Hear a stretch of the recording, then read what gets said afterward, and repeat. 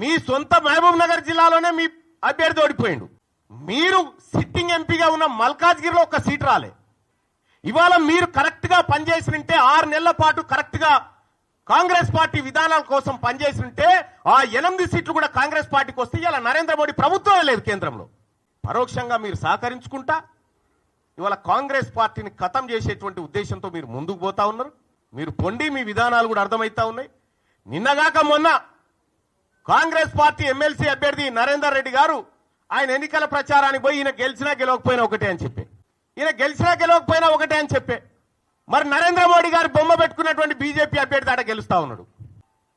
ఇంకో teacher MLC ఎన్నికల్లో Bharatiya Janata party ఒక బీసీ బిడ్డకు టికెట్ ఇచ్చి ఫస్ట్ ప్రియారిటీలో టీచర్ ఎమ్మెల్సీ గెలిచి ఆ ఇంపాక్ట్ తోటి పట్టభద్రుల ఎమ్మెల్సీ ఎన్నికలు కూడా గెలుస్తా ఉంది. మీరు జిల్లాలు మొత్తం ఈ మెదకు, ఆదిలాబాద్, నిజామాబాద్, కరీంనగర్ పిట్ట తిరిగి నడుదిరిగి ఎమ్మెల్సీ ఎన్నికలు ఏంది ఫలితం? ఇవాళ